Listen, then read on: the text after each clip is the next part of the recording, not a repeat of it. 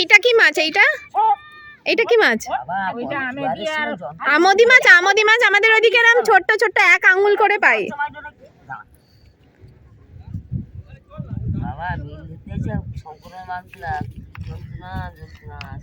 একটা ফেলে দিচ্ছ কেন?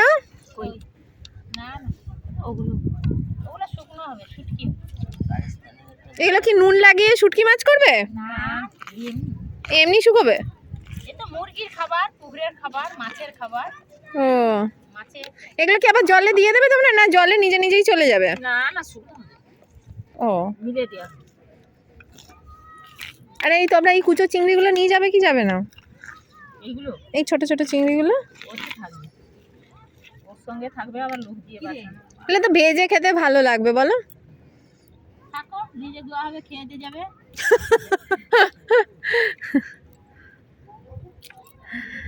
আছি তো। থাকো, চলো বাড়িতে চলো, ভেজে দেবো, খাবে, খেয়ে দিয়ে যাবে, কোনো অসুবিধা নেই। তোমাদের বাড়ি কত দূর?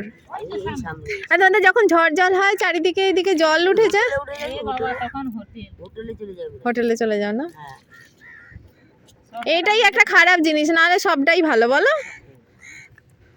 ঝড় যখন জল বাড়ে তখন ওই জন্য লোকেদের মেয়ে দেয়নি, আমাদের ছেলে সব এমনি ঘুরতিছে, মেয়ে পায়নি। যা কেন? এই নদীর ধারে। আর বলবে এত যে মাছ খেতে পাবে, কোনো জায়গায় কি তোমাদের মেয়ে দিলে?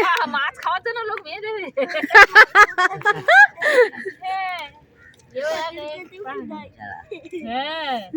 দূর নদী ধারে